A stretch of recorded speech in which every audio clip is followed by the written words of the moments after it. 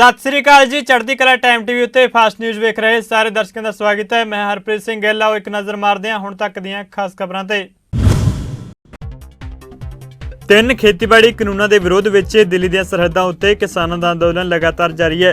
अज फिर सोनीपत कुंडली सरहद तो जंतर मंतर लई किसानां दा जत्था रवाना होया। दस दें कि 22 जुलाई तो किसानां दे जत्थे निरंतर जंतर मंतर उत्ते खेतीबाड़ी कानूनों के विरोध विच किसान संसद ला रहे हैं। अज इस विरोध प्रदर्शन का चौथा दिन है। शनिवार और एतवार छुट्टी होने करके किसान संसद नहीं लाई गई सी। किसानों ते सरकार दरम्यान लगातार रेड़का बनया हुआ। 26 नवंबर 2020 तो हुण तक दिल्ली के सरहदां ते हज़ारां किसान केंद्र सरकार वालों पास किए गए 3 नवे खेतीबाड़ी कानूनों विरोध अंदोलन कर रहे हैं। किसानी विरोधी 3 खेती कानून रद्द करवाउण लई आम आदमी पार्टी पंजाब के प्रधान और संसद मैंबर भगवंत मान ने मंगलवार नूं लगातार 6वीं बार संसद विच काम रोकू मता पेश किया। किसान के हक में आवाज़ बुलंद करदे भगवंत मान ने कहा कि देश के किसान लंबे समय तो खेती कानूनों का विरोध कर रहे हैं। इसलिए संसद में होर विचारे जाने वाले मुद्दों की थां सिर्फ खेती कानूनों रद्द करने बारे चर्चा होनी चाहिए है। भगवंत मान ने राहुल गांधी उत्ते टिप्पणी करदे कहा कि राहुल गांधी कह रहे हैं कि संसद के मॉनसून सैशन दौरान ट्रैक्टर चला के मोदी सरकार को किसानों का सुनेहा दिता है। एक दिन के विखावे प्रदर्शन नाल काले खेती कानून रद्द नहीं होने। जदों सारियां विरोधी धिरां किसानों के समर्थन में संसद ते विधान सभावां दे अंदर बाहर सड़कों ते होर थावां उत्ते एकजुट होकर आवाज़ बुलंद करनगियां तां केंद्र सरकार काले कानून रद्द कर देवेगी। श्रोमणी अकाली दल बसपा वालों लगातार किसानों के हकों में आवाज़ बुलंद की जा रही है। पिछले 6 दिनों तो श्रोमणी अकाली दल ते बसपा के संसद मैंबर तिन्ने खेती कानूनों खिलाफ संसद के बाहर विरोध प्रदर्शन कर रहे हैं। तो अज फिर अकाली दल बसपा संसदा ने संसद के बाहर खेती कानूनों का मुद्दा चुकया ਅਤੇ हत्थों में तख्तियां फड़ के मोदी सरकार खिलाफ मुजाहरा किया। इस मौके सुखबीर सिंह बादल ने केंद्र सरकार खिलाफ जम के नारेबाजी की। उन्हें कहा कि मोदी सरकार को काले खेती कानून वापस लेने चाहिए ने। कांग्रेस के दिग्गज आगू राहुल गांधी वालों सोमवार को मॉनसून सैशन दौरान खेतीबाड़ी कानूनों के विरोध में ट्रैक्टर चला के संसद भवन पहुंचने तो बाद सियासत तेज हो गई है। इस दे नाल ही नवी दिल्ली के पार्लीमेंट स्ट्रीट थाने विखे ट्रैक्टर को संसद च ले जाने के मामले में दिल्ली पुलिस ने MV एक्ट 188 और एपीडेमिक एक्ट तहत केस दर्ज किया है। कुछ दिनों बाद इस मामले की वधेरे विस्तार नाल जांच करने तो बाद बहुत सारे लोगों को दोषी नामजद किया जा सकता है। दिल्ली पुलिस की टीम ने पाया कि जिस ट्रैक्टर नाल राहुल गांधी संसद भवन पुजे सन उस उपर नंबर प्लेट भी नहीं सी। हरियाणा के मुख्यमंत्री मनोहर लाल खट्टर ने नवी दिल्ली में 3 केंद्रीय मंत्रियों नाल मुलाकात की, जिस दौरान उन्होंने अहम मामले चुके। हरियाणा भवन में केंद्रीय वातावरण वन ते क्लाइमेट ते किरत ते रोजगार मंत्री भूपेंद्र यादव नाल मीटिंग की। मीटिंग में मुख्यमंत्री ने राज्य के ਵੱਖ-ਵੱਖ वातावरण नाल संबंधित विषयों ते ESI हस्पतालों नाल संबंधित ਵੱਖ-ਵੱਖ प्रक्रियावां के बारे में विचार वटांदरा किया। कौमी राजधानी खेत्र के हरियाणा के 8 जिला खेत्र जिथे हुण तक CNG PNG ते LPG की सप्लाई लई पाइपलाइन नहीं पहुँच सकी है, उत्थे केंद्रीय वातावरण मंत्रालय वालों उद्योगों को वातावरणीय NOC प्रदान किए जाने विच दी जा रही छूट हुण जारी रहेगी। आज दिल्ली के मेरे इस दौरे में केंद्रीय मंत्रियों के साथ मिलने जुलने का मेरा कार्यक्रम था। सबसे पहले तो जो हमारे एनवायरनमेंट मिनिस्टर हैं श्री भूपेंद्र यादव जी, उनके यहाँ हमारे 2 विषय अटके हुए थे। एक तो जिन एरियाज़ में अभी CNG PNG के साधन अभी पाइपलाइन द्वारा नहीं पहुँचे हैं ईंधन, वहाँ पर चूँकि NGT ने पीछे का ऑर्डर निकाला है कि सब इंडस्ट्री जो है CNG और PNG पर चलेगी, लेकिन जहाँ अभी पाइपलाइन ही नहीं है वहाँ के लिए छूट दी जाए, तो इन प्रिंसिपल उन्होंने मान लिया है और बहुत जल्दी उसका वो ऑर्डर निकाल देंगे। जब भी उन स्थानों पर CNG PNG की पाइपलाइन आ जाएगी उसके 6 महीने में सबको उसके ऊपर जाना अनिवार्य रखा जाएगा, ऐसी एक निर्णय उन्होंने किया है। और इसी प्रकार यमुनानगर में भी कुछ इंडस्ट्रीज़ बहुत पुरानी लगी हुई थी, 2006 से भी पहले की थी। उस समय ये जो क्लियरेंस थी एनवायरमेंटल क्लियरेंसेस वो अनिवार्य नहीं होती थी, लेकिन जो उससे पहले से लगी हुई थी, इसलिए उन्होंने जिन्होंने एनवायरमेंटल क्लियरेंस नहीं ले रखी थी ऐसे कुछ लोगों के खिलाफ कार्रवाई की गई और कोई 17 यूनिट्स ऐसे जिनको बंद कर दिया गया था। तो हमने उनको कहा कि इनकी क्लियरेंस देनी चाहिए, उन्होंने मान लिया है, अप्लाई भी हो गया है और वो अप्लाई होने के बाद एक सिंगल मीटिंग में करके और उन इंडस्ट्रीज़ को एनवायरमेंट क्लियरेंस देने का काम वो बहुत जल्दी मुझे लगता है कि 7-10 दिन में हो जाएगा। ये दूसरा विषय भी उन्होंने मान लिया। ऐसे मोटे तौर पर 2 विषय उनके साथ तय किए थे। अभी मेरी मीटिंग रेलवे मंत्री श्री अश्विनी वैष्णव जी के साथ हुई थी। तो हमारे हरियाणा के कुछ रेलवे प्रोजेक्ट्स, हालांकि पहले से जो पहले वाले रेलवे मंत्री श्री पीयूष गोयल जी से भी हमारी बातचीत हो चुकी थी, फिर भी दोबारा से रिमाइंड कराना और पहली बार उनके साथ मीटिंग करनी थी, कर्टसी कॉल ये करने के लिए मैं गया था। तो सारे विषय वो पहले वाले ही दोहराए हमने, जिसके अंदर विशेष तौर पर जो ऑर्बिटल कॉरिडोर केएमपी के साथ साथ बनेगा, लगभग 121 किलोमीटर लेंथ का ये ऑर्बिटल कॉरिडोर है, जिसका मैंने निवेदन किया है कि इसका शिलान्यास प्रधानमंत्री जी के द्वारा कराया जाए। तो वो भी बात करेंगे, हम स्वयं भी प्रधानमंत्री जी से बात करके और कोई ना कोई तिथि उनके लेकर और उसका शिलान्यास हम कराएंगे। दूसरा जो प्रोजेक्ट है, हिसार से दिल्ली जो रेलवे लाइन है वो 180 किलोमीटर की स्पीड की high speed railway line track ये बनाया जाए। इसके ऊपर भी अध्ययन पहले से चल रहा है, उन्होंने इसका जल्दी अध्ययन करा करके, क्योंकि हिसार में एयरपोर्ट बन रहा है, तो उस एयरपोर्ट के नाते भी हमको लगता है कि दिल्ली से हिसार की जो रेलवे लाइन है, यदि high speed railway line 160 kilometre की होगी तो रेलवे का तो प्रोजेक्ट सफल होगा ही होगा, उसमें एयरपोर्ट का जो प्रोजेक्ट है उसमें भी सफलता में और हमको लाभ मिलेगा।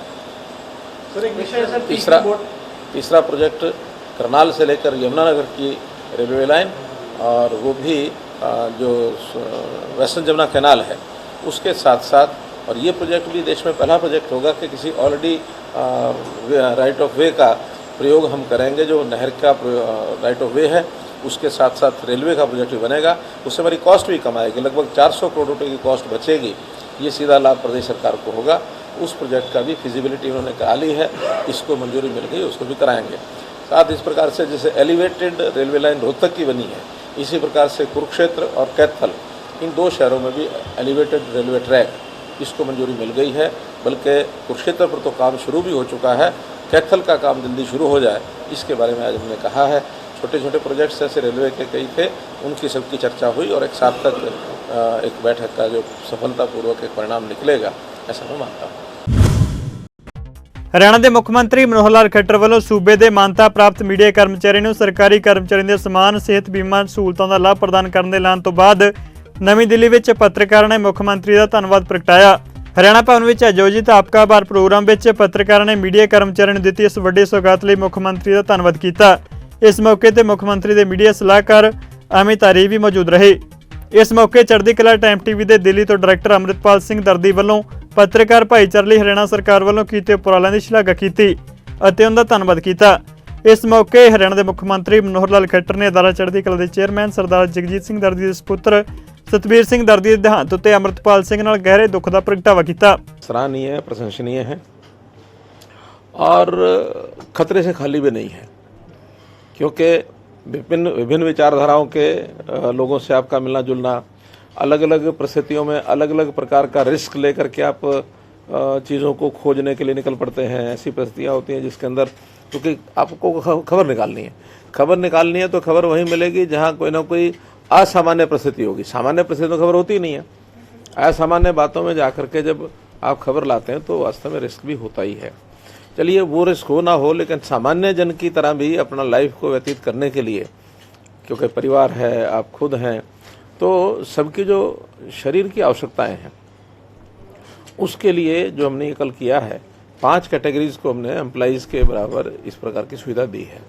उसमें एक पत्रकार की है, एक उसमें जो आज़ाद हिंद फौज के लोग हैं, थोड़े ही होंगे बचे हुए तो भी जो हैं, तो उनकी जो पहली पीढ़ी तक उनको भी दिया है। और फिर जो द्वितीय विश्व युद्ध के, हालांकि वो कॉमन ही है कुछ, लेकिन तो भी कुछ अलग भी हैं, तो उसमें भी जो लोग उस श्रेणी में गए थे उनको भी दिया है। तीसरा जो हिंदी सत्याग्रही थे उनको भी ये सुविधा दी है। चौथा जो आपातकालीन के सत्याग्रही थे उनको ये सुविधा दी है। तो ऐसे 5 श्रेणी को ये सुविधा दी है। और इसके अलावा बाकी जितने भी समाज के गरीब लोग हैं, up to the income of ₹180, 1,80,000 रुपये तक जो इनकम के लोग हैं, उन सबको आयुष्मान का लाभ ये दिया है। अभी तक तो आयुष्मान के लाभ के लिए एक पर्टिकुलर श्रेणी थी, SCCC डाटा में जो लोग शामिल थे वो थे कोई 15.5 लाख परिवार, लेकिन अब उसमें हमने जोड़ दिया जो नहीं भी उसमें है लेकिन गरीब है या जिसकी इनकम 15,000 रुपये से ऊपर नहीं है, किसी भी श्रेणी का होगा, ऐसे सब लोगों को ये बनते हैं लगभग 27.5 लाख। यानी एक प्रकार से प्राय डबल लोगों को हमने 5 लाख रुपए तक की जो आयुष्मान की स्कीम है प्रधानमंत्री जी वाली, उसके अंदर उनको शामिल कर लिया। सेंटर के क्या एक लिमिटेशन है उसमें वो है जो NFSA, national food security act के अंदर जितने आते हैं वो उसमें तो शेयरिंग सेंटर की भी होगी। इसके अलावा जो रहेंगे वो हमारे स्टेट की ओर से कराएंगे। हम कहते हैं भी एक फंडामेंटल राइट है आदमी का अपने यानी स्वास्थ्य को ध्यान में रखते हुए उसकी आवश्यकता की पूर्ति करना। तो इसके लिए तो मैं आपको बधाई दूंगा और निश्चित रूप से एक अच्छा काम हुआ। लेकिन एक काम ना और करता हूँ कि इस फंड में से आपको एक भी पैसा लेना ना पड़े, आज मेरी शुभकामना है। ये ब्लेसिंग्स भी और शुभकामनाएं दोनों आपकी जरूरत है। किसी को एक पैसे की भी जरूरत ना पड़े जी, बजट सारा का सारा बच जाए। क्यों? बहुत अच्छी बात। नहीं, आखिर इस चीज़ की जरूरत क्यों पड़े? ये तो इसलिए है कि एक आकस्मिक कभी ऐसी कोई स्थिति आ जाती है जो हम सामान्य तौर पर अपने सिस्टम में से उसकी व्यवस्था नहीं कर सकते, तो फिर सरकार मदद करती है, तो हमारी एक व्यवस्था उसमें से बन जाती है, खड़ी हो जाती है, हमारा सामान्य जीवन डिस्टर्ब ना हो, इसलिए उसको बनाया। ਪੰਜਾਬ ਦੇ ਮੁੱਖ ਮੰਤਰੀ ਕੈਪਟਨ ਅਮਰਿੰਦਰ ਸਿੰਘ ਦੇ ਦਫ਼ਤਰ ਵਿੱਚ ਪੰਜਾਬ ਕਾਂਗਰਸ ਦੇ ਨਵਨਿਯੁਕਤ ਪ੍ਰਧਾਨ ਨਵਜੋਤ ਸਿੰਘ ਸਿੱਧੂ ਦੀ ਮੁੱਖ ਮੰਤਰੀ ਨਾਲ ਬੈਠਕ ਹੋਈ। ਕੈਪਟਨ ਤੇ ਸਿੱਧੂ ਦੀ ਮੀਟਿੰਗ 1 ਘੰਟਾ 20 ਮਿੰਟ ਤੱਕ ਚੱਲੀ, ਜਿਸ ਦੌਰਾਨ ਕਈ ਅਹਿਮ ਮਸਲੇ ਵਿਚਾਰੇ ਗਏ। ਕਾਰਜਕਾਰੀ ਪ੍ਰਧਾਨ ਕੁਲਜੀਤ ਸਿੰਘ ਨਾਗਰਾ, ਸੰਗਤ ਸਿੰਘ ਗਿਲਜੀਆਂ, ਸੁਖਵਿੰਦਰ ਸਿੰਘ ਡੈਣੀ ਅਤੇ ਪਵਨ ਗੋਇਲ ਵੀ ਇਸ ਮੌਕੇ ਮੌਜੂਦ ਰਹੇ। ਪੰਜਾਬ ਦੇ ਕੈਬਨਿਟ ਮੰਤਰੀ ਬ੍ਰਹਮ ਮਹਿੰਦਰਾ ਵੀ ਇਸ ਮੀਟਿੰਗ 'ਚ ਮੌਜੂਦ ਰਹੇ। ਨਵਜੋਤ ਸਿੱਧੂ ਦੀ ਮੁੱਖ ਮੰਤਰੀ ਕੈਪਟਨ ਅਮਰਿੰਦਰ ਸਿੰਘ ਨਾਲ ਮੀਟਿੰਗ ਖਤਮ ਹੋ ਗਈ ਹੈ। ਕੈਪਟਨ ਤੇ ਸਿੱਧੂ ਦੀ ਮੀਟਿੰਗ 1 ਘੰਟਾ 20 ਮਿੰਟ ਤੱਕ ਚੱਲੀ। ਚਾਰੋਂ ਵਰਕਿੰਗ ਪ੍ਰੈਜ਼ੀਡੈਂਟ ਵੀ ਇਸ ਸਮੇਂ ਨਵਜੋਤ ਸਿੱਧੂ ਨਾਲ ਮੌਜੂਦ ਰਹੇ। ਮੀਟਿੰਗ ਖਤਮ ਹੋਣ ਤੋਂ ਬਾਅਦ ਸਿੱਧੂ ਨੇ ਟਵੀਟ ਕੀਤਾ, ਜਿਸ ਵਿੱਚ ਉਹਨਾਂ ਵੱਲੋਂ ਕੈਪਟਨ ਨੂੰ ਦਿੱਤੀ ਗਈ ਚਿੱਠੀ ਪੋਸਟ ਕੀਤੀ ਗਈ ਹੈ। ਇਸ ਮੁਲਾਕਾਤ ਵਿੱਚ ਸਿੱਧੂ ਨੇ ਹਾਈ ਕਮਾਂਡ ਦੇ ਦਿੱਤੇ 18 ਸੂਤਰੀ ਏਜੰਡੇ ਵਿੱਚੋਂ 5 ਏਜੰਡੇ ਕੈਪਟਨ ਨੂੰ ਲਿਖ ਕੇ ਦਿੱਤੇ ਤੇ ਇਹਨਾਂ ਉੱਤੇ ਪਹਿਲ ਦੇ ਆਧਾਰ ਉੱਤੇ ਕਾਰਵਾਈ ਕਰਨ ਦੀ ਮੰਗ ਕੀਤੀ। ਉਹਨਾਂ ਮੰਗ ਕੀਤੀ ਕਿ ਇਹਨਾਂ ਮਸਲਿਆਂ ਨੂੰ ਜਲਦ ਤੋਂ ਜਲਦ ਹੱਲ ਕੀਤਾ ਜਾਵੇ।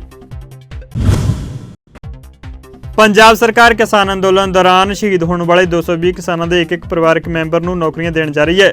ਇਸ ਗੱਲ ਦਾ ਖੁਲਾਸਾ ਕਾਂਗਰਸ ਦੇ ਬੁਲਾਰੇ ਡਾਕਟਰ ਰਾਜਕੁਮਾਰ ਵੇਰਕਾ ਨੇ ਕੀਤਾ। ਉਹਨਾਂ ਕਿਹਾ ਕਿ ਕਿਸਾਨ ਸੰਘਰਸ਼ ਦੌਰਾਨ ਦਿੱਲੀ ਤੇ ਹਰਿਆਣਾ ਵਿੱਚ ਸ਼ਹੀਦ ਹੋਏ ਕਿਸਾਨਾਂ ਦੇ ਪਰਿਵਾਰਾਂ ਨੂੰ ਸਰਕਾਰੀ ਨੌਕਰੀ ਦੇਣ ਲਈ ਸੂਚੀ ਤਿਆਰ ਹੋ ਰਹੀ ਹੈ। ਸਾਰੇ ਜ਼ਿਲ੍ਹਿਆਂ ਦੇ ਡਿਪਟੀ ਕਮਿਸ਼ਨਰਾਂ ਨੂੰ ਅਜਿਹੇ ਪਰਿਵਾਰਾਂ ਦੀ ਭਾਲ ਕਰਕੇ ਨੌਕਰੀ ਲਈ ਸੂਚੀ ਤਿਆਰ ਕਰਨ ਨੂੰ ਕਿਹਾ ਗਿਆ ਹੈ। ਮੁੱਖ ਮੰਤਰੀ ਨੇ ਜ਼ਿਲ੍ਹੇ ਦੇ ਡਿਪਟੀ ਕਮਿਸ਼ਨਰ ਨੂੰ ਕਿਹਾ ਕਿ ਜੇ ਇੱਥੇ 220 ਤੋਂ ਵੱਧ ਕਿਸਾਨ ਨੇ ਤਾਂ ਉਹਨਾਂ ਦੇ ਪਰਿਵਾਰਾਂ ਦੀ ਸੂਚੀ ਵੀ ਤਿਆਰ ਕੀਤੀ ਜਾਵੇ। ਪੰਜਾਬ ਦੇ ਮੁੱਖ ਮੰਤਰੀ ਕੈਪਟਨ ਅਮਰਿੰਦਰ ਸਿੰਘ ਨੇ ਦੇਸ਼ ਦੇ ਸਾਬਕਾ ਰਾਸ਼ਟਰਪਤੀ ਡਾਕਟਰ APJ ਅਬਦੁਲ ਕਲਾਮ ਨੂੰ ਦੀ ਬਰਸੀ ਉੱਤੇ ਯਾਦ ਕੀਤਾ। ਸ਼ਰਧਾਂਜਲੀ ਭੇਂਟ ਕਰਦੇ ਹੋਏ ਉਹਨਾਂ ਲਿਖਿਆ, ਪੁਲਾੜ ਤਕਨਾਲੋਜੀ ਤੇ ਰੱਖਿਆ ਵਿੱਚ ਉਹਨਾਂ ਦੇ ਬੇਮਿਸਾਲ ਯੋਗਦਾਨ ਨੇ ਸਾਡੇ ਦੇਸ਼ ਲਈ ਇੱਕ ਵਿਸ਼ਵ ਵਿਆਪੀ ਸ਼ਕਤੀ ਵਜੋਂ ਮਾਨਤਾ ਪ੍ਰਾਪਤ ਕਰਨ ਦਾ ਰਾਹ ਪੱਧਰਾ ਕੀਤਾ ਹੈ। ਪੰਜਾਬ ਦੇ ਮੁੱਖ ਮੰਤਰੀ ਕੈਪਟਨ ਅਮਰਿੰਦਰ ਸਿੰਘ ਨੇ ਭਾਰਤ ਵਿੱਚ ਜਰਮਨ ਦੇ ਰਾਜਦੂਤ ਵਾਲਟਰ ਜੇ ਲਿੰਡਰ ਨਾਲ ਮੁਲਾਕਾਤ ਕੀਤੀ। ਇਸ ਮੁਲਾਕਾਤ ਵਿੱਚ ਉਦਯੋਗਿਕ ਸਾਂਝੇਦਾਰੀ ਰਾਹੀਂ ਪੰਜਾਬ ਵਿੱਚ ਵਧੇਰੇ ਨੌਕਰੀਆਂ ਪੈਦਾ ਕਰਨ ਅਤੇ ਪੰਜਾਬ ਦੀ ਤਰੱਕੀ ਲਈ ਭਾਰਤ ਅਤੇ ਜਰਮਨੀ ਦਰਮਿਆਨ ਮਜ਼ਬੂਤ ਦੁਵੱਲੇ ਸਬੰਧਾਂ ਨੂੰ ਉਭਾਰਨ ਲਈ ਵਿਚਾਰ ਵਟਾਂਦਰੇ ਕੀਤੇ ਗਏ। ਇਸ ਦੇ ਨਾਲ ਹੀ ਜਰਮਨ ਵਿੱਚ ਵਸਦੇ ਪੰਜਾਬੀਆਂ ਦੀ ਭਲਾਈ ਬਾਰੇ ਵੀ ਵਿਚਾਰ ਵਟਾਂਦਰਾ ਕੀਤਾ ਗਿਆ। ਰਾਜ ਵਿੱਚ ਵਪਾਰ ਅਤੇ ਨਿਵੇਸ਼ ਦੇ ਨਵੇਂ ਮੌਕਿਆਂ ਦੀ ਪੜਚੋਲ ਕਰਨ ਲਈ ਆਪਸੀ ਰਣਨੀਤੀਆਂ ਉੱਤੇ ਵੀ ਵਿਚਾਰ ਹੋਇਆ।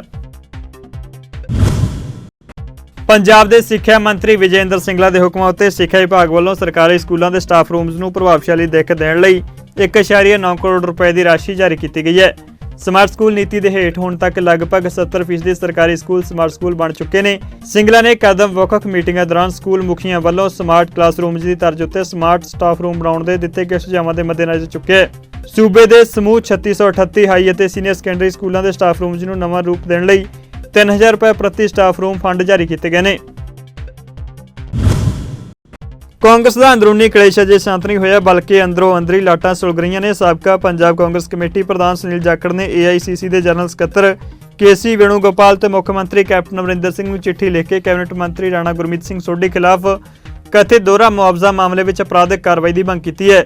ਇਸ ਚਿੱਠੀ 'ਚ ਜਾਖੜ ਨੇ ਰਾਣਾ ਗੁਰਮੀਤ ਸੋਢੀ ਦੀ ਸ਼ਰਾਬ ਫੈਕਟਰੀ ਲਾਇਸੈਂਸ ਤੋਂ ਇਲਾਵਾ ਇੱਕ ਮਾਮਲੇ ਵਿੱਚ ਆਪਣੀ ਜ਼ਮੀਨ ਦਾ ਦੋਹਰਾ ਮੁਆਵਜ਼ਾ ਲੈਣ ਦਾ ਵੀ ਜ਼ਿਕਰ ਕੀਤਾ ਹੈ। ਪੱਛਮੀ ਬੰਗਾਲ ਦੀ ਮੁੱਖ ਮੰਤਰੀ ਮਮਤਾ ਬੈਨਰਜੀ ਨੇ ਮੰਗਲਵਾਰ ਸ਼ਾਮ ਪ੍ਰਧਾਨ ਮੰਤਰੀ ਨਰਿੰਦਰ ਮੋਦੀ ਨਾਲ ਮੁਲਾਕਾਤ ਕੀਤੀ। ਮੁਲਾਕਾਤ ਤੋਂ ਬਾਅਦ ਮੀਡੀਆ ਨਾਲ ਗੱਲਬਾਤ ਕਰਦੇ ਹੋਏ ਮਮਤਾ ਨੇ ਕਿਹਾ ਕਿ ਉਹਨਾਂ ਨੇ ਕੋਰੋਨਾ ਦੇ ਮੁੱਦੇ ਉੱਤੇ ਉਹਨਾਂ ਨਾਲ ਗੱਲ ਕੀਤੀ ਹੈ। ਉਹਨੇ ਕਿਹਾ ਕਿ ਉਹਨੇ ਪ੍ਰਧਾਨ ਮੰਤਰੀ ਨੂੰ ਅਪੀਲ ਕੀਤੀ ਹੈ ਕਿ ਬੰਗਾਲ ਨੂੰ ਦਿੱਤੀ ਜਾਣ ਵਾਲੀ ਵੈਕਸੀਨ ਦੀ ਗਿਣਤੀ ਵਧਾਈ ਜਾਵੇ, ਸਾਨੂੰ ਆਬਾਦੀ ਦੇ ਹਿਸਾਬ ਨਾਲ ਵੈਕਸੀਨ ਮਿਲੇ। ਮਮਤਾ ਨੇ ਕਿਹਾ ਕਿ ਪ੍ਰਧਾਨ ਮੰਤਰੀ ਨਾਲ ਸੂਬੇ ਦੇ ਨਾਮ ਬਦਲਣ ਉੱਤੇ ਵੀ ਗੱਲ ਹੋਈ। ਮਮਤਾ ਬੈਨਰਜੀ 5 ਦਿਨਾਂ ਦੇ ਦਿੱਲੀ ਦੌਰੇ ਤੇ ਨੇ। ਬੰਗਾਲ 'ਚ ਲਗਾਤਾਰ ਤੀਸਰੀ ਵਾਰ ਸੱਤਾ ਸੰਭਾਲਣ ਤੋਂ ਬਾਅਦ ਮਮਤਾ ਬੈਨਰਜੀ ਦੀ ਪ੍ਰਧਾਨ ਮੰਤਰੀ ਨਾਲ ਪਹਿਲੀ ਮੁਲਾਕਾਤ ਹੈ।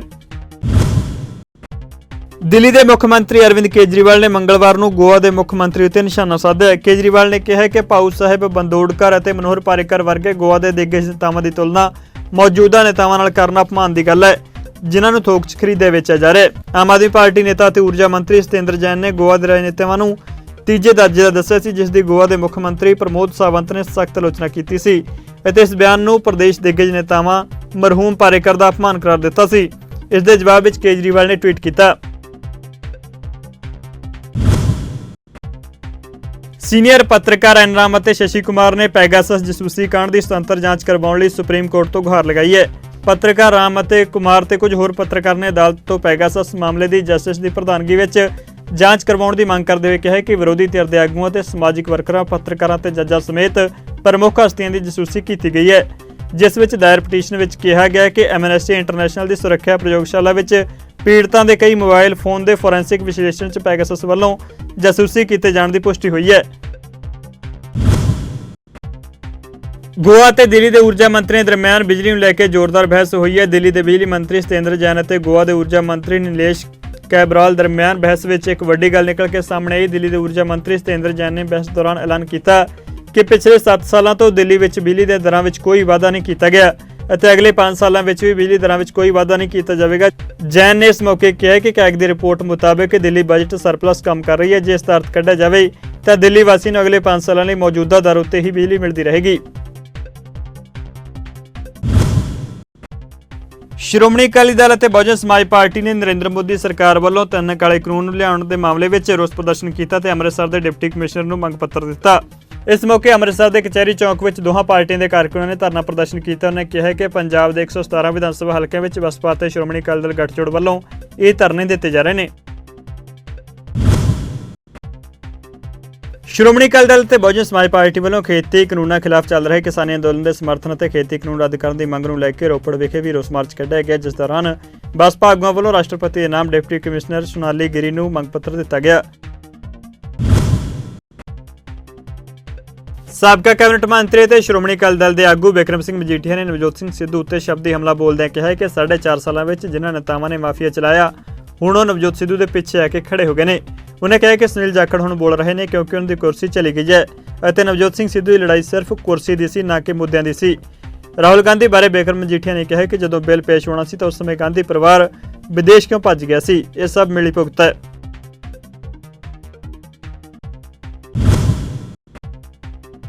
ਕੋਰੋਨਾ ਕਾਲ ਨੇ ਮਨੁੱਖ ਨੂੰ ਔਖੀਆਂ ਕੜੀਆਂ ਵਿਖਾ ਦਿੱਤੀਆਂ, ਜਿਹੜੀਆਂ ਕਿਸੇ ਨੇ ਵੀ ਸੋਚਿਆ ਤੱਕ ਨਹੀਂ ਸੀ। ਕੁਝ ਲੋਕ ਇਹਨਾਂ ਹਾਲਾਤਾਂ ਕਾਰਨ ਟੁੱਟ ਗਏ ਤੇ ਕੁਝ ਨੇ ਇਹਨਾਂ ਹਾਲਾਤਾਂ ਨੂੰ ਆਪਣੀ ਪ੍ਰੇਰਣਾ ਬਣਾ ਲਿਆ। ਅੰਮ੍ਰਿਤਸਰ 'ਚ ਅਜਿਹਾ ਇੱਕ ਸ਼ਖਸ ਹੈ ਸੰਜੇ ਕਪੂਰ, ਜਿਸ ਨੇ ਲਾਕਡਾਊਨ ਦੇ ਹਾਲਾਤਾਂ ਨੂੰ ਉਹਨਾਂ ਦਿਨਾਂ ਨੂੰ ਇੰਨੀ ਸ਼ਿੱਦਤ ਨਾਲ ਮਹਿਸੂਸ ਕੀਤਾ ਹੈ ਕਿ ਉਸ ਨੂੰ ਕਾਵਿ ਰਚਨਾ ਵਿੱਚ ਸਹੇਜ ਕੇ ਰੱਖ ਦਿੱਤਾ ਹੈ। ਸੰਜੇ ਕਪੂਰ ਪੇਸ਼ੇ ਤੋਂ ਸੀਏ ਅਤੇ ਜਿਸ ਦਾ ਹਿਸਾਬ ਕਿਤਾਬ ਦਰੁਸਤ ਰੱਖਣ 'ਚ ਰੁੱਝੇ ਕਾਰਨ ਸੰਜੇ ਕਪੂਰ ਪੇਸ਼ੇ ਤੋਂ ਸੀਏ ਅਤੇ ਕਿਤਾਬਾਂ 'ਚ ਹਿਸਾਬ ਕਿਤਾਬ ਦਰੁਸਤ ਰੱਖਣ ਤੋਂ ਰੁੱਝੇ ਰਹਿਣ ਵਾਲਾ ਸੰਜੇ ਕਪੂਰ ਲਾਕਡਾਊਨ ਵਿੱਚ ਇੰਨੀ ਤੇਜ਼ੀ ਨਾਲ ਕਾਵਿ ਰੂਪ ਦੇ ਵਿੱਚ ਉੱਭਰਿਆ ਕਿ ਉਸ ਦੀ ਇੱਕ ਕਿਤਾਬ ਵੀ ਛਪ ਕੇ ਸਾਹਮਣੇ ਆਈ ਹੈ। Animal welfare board of India ਦੇ ਵੱਲੋਂ ਪੰਜਾਬੀ ਗਾਇਕ ਸਿੱਪੀ ਗਿੱਲ ਨੂੰ ਨੋਟਿਸ ਜਾਰੀ ਕੀਤਾ ਗਿਆ, ਜਿਸ ਵਿੱਚ ਉਹਨਾਂ ਤੋਂ ਆਪਣੇ ਇੱਕ ਗੀਤ ਵਿੱਚ ਬਿਨਾਂ ਅਨੁਮਤੀ ਤੋਂ ਦਰਸਾਏ ਗਏ ਜਾਨਵਰਾਂ ਬਾਰੇ ਜਵਾਬ ਮੰਗਿਆ ਗਿਆ। ਸਿੱਪੀ ਗਿੱਲ ਨੂੰ ਇਸ ਦਾ ਜਵਾਬ 7 ਦਿਨਾਂ ਦੇ ਵਿੱਚ ਦੇਣ ਲਈ ਕਿਹਾ ਗਿਆ। ਪੰਡਿਤ ਰਾਓ ਧਰੇਨਵਰ ਵੱਲੋਂ ਦਿੱਤੀ ਗਈ ਸ਼ਿਕਾਇਤ ਦੇ ਆਧਾਰ ਉੱਤੇ ਪਸ਼ੂ ਕਲਿਆਣ ਬੋਰਡ ਨੇ ਕਾਰਵਾਈ ਕੀਤੀ ਹੈ। ਕਾਫਿਲਾ ਮੀਰ ਵੱਲੋਂ ਲੁਧਿਆਣਾ ਵਿੱਚ ਕਿਸਾਨੀ ਅੰਦੋਲਨ ਵਿੱਚ ਸ਼ਹੀਦ ਹੋਏ ਮੀਰ ਭਾਈਚਾਰੇ ਨਾਲ ਸੰਬੰਧਿਤ ਕਿਸਾਨ ਦੇ ਪਰਿਵਾਰ ਦਾ ਸਨਮਾਨ ਕੀਤਾ ਗਿਆ। ਲੁਧਿਆਣਾ ਵਿੱਚ ਕਾਫਿਲਾ ਮੀਰ ਵੱਲੋਂ ਵੱਡੀ ਮੀਟਿੰਗ ਕੀਤੀ ਗਈ, ਜਿਸ ਵਿੱਚ ਵੱਡੀ ਗਿਣਤੀ ਵਿੱਚ ਮੀਰ ਭਾਈਚਾਰੇ ਦੇ ਨਾਲ ਸੰਬੰਧਿਤ ਲੋਕ ਅਤੇ ਪੰਜਾਬੀ ਗਾਇਕ ਮੌਜੂਦ ਰਹੇ।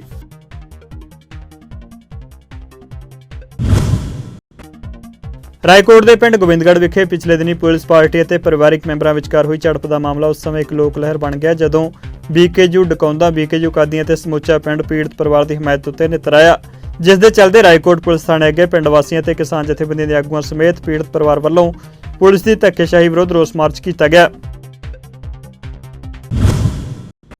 ਰੂਪਨਗਰ ਦੀ ਭਰਤਗੜ੍ਹ ਪੁਲਿਸ ਨੇ ਗੁਪਤ ਸੂਚਨਾ ਦੇ ਆਧਾਰ ਉੱਤੇ ਹਰਿਆਣਾ ਮਾਰਕਾ 25 ਪੇਟੀਆਂ ਸ਼ਰਾਬ ਜ਼ਬਤ ਕੀਤੀ ਹੈ। ਭਰਤਗੜ੍ਹ ਪੁਲਿਸ ਨੇ ਦੱਸਿਆ ਕਿ ਉਹਨੂੰ ਗੁਪਤ ਸੂਚਨਾ ਮਿਲੀ ਸੀ, ਜਿਸ ਦੇ ਆਧਾਰ ਉੱਤੇ ਕਾਰਵਾਈ ਕੀਤੀ ਗਈ ਅਤੇ ਇੱਕ ਸਕੋਡਾ ਗੱਡੀ 'ਚ ਬਰਾਮਦਗੀ ਕੀਤੀ ਗਈ ਹੈ।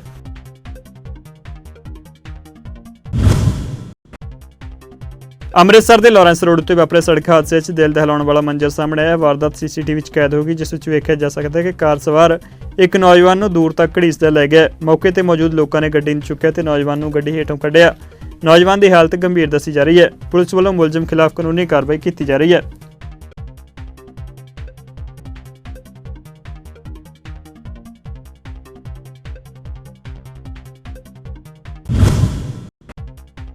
ਥਾਣਾ ਬਲਟੋਹਾ ਦੀ ਪੁਲਿਸ ਨੇ ਦਿਨ ਅਤੇ ਰਾਤ ਵੇਲੇ ਲੁੱਟਾਂ ਖੋਹਾਂ ਕਰਨ ਵਾਲੇ 5 ਮੈਂਬਰੀ ਗਿਰੋਹ ਦੇ 3 ਮੈਂਬਰਾਂ ਨੂੰ ਕਾਬੂ ਕਰਕੇ ਇਹਨਾਂ ਦੇ ਕਬਜ਼ੇ ਵਿੱਚੋਂ ਪਿਸਟਲ, ਕਾਰਤੂਸ ਤੇ ਹੋਰ ਮਾਰੂ ਹਥਿਆਰ ਬਰਾਮਦ ਕੀਤੇ ਨੇ। ਇਸ ਸੰਬੰਧੀ ਪ੍ਰੈਸ ਕਾਨਫਰੰਸ ਰਾਹੀਂ ਜਾਣਕਾਰੀ ਦਿੰਦੇ ਹੋਏ ਡੀਐਸਪੀ ਨੇ ਦੱਸਿਆ ਕਿ ਅਲਗੋਂ ਕੋਠੀ ਤੇ ਇਸ ਦੇ ਆਸ-ਪਾਸ ਲੁੱਟਾਂ ਖੋਹਾਂ ਦੀਆਂ ਵਾਰਦਾਤਾਂ ਕਰਨ ਵਾਲੇ ਗਿਰੋਹ ਨੂੰ ਪੁਲਿਸ ਨੇ ਕਾਬੂ ਕੀਤਾ ਹੈ।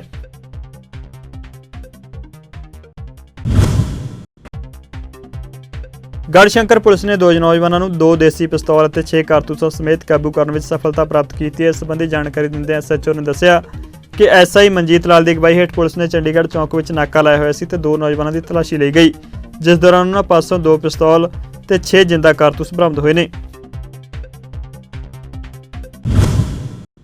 ਸੋ ਫਾਸਟ ਨਿਊਜ਼ ਵਿੱਚ ਇੰਨਾ ਹੀ। ਤੁਸੀਂ ਵੇਖਦੇ ਰਹੋ ਚੜ੍ਹਦੀ ਕਲਾ ਟਾਈਮ ਟੀਵੀ। ਧੰਨਵਾਦ।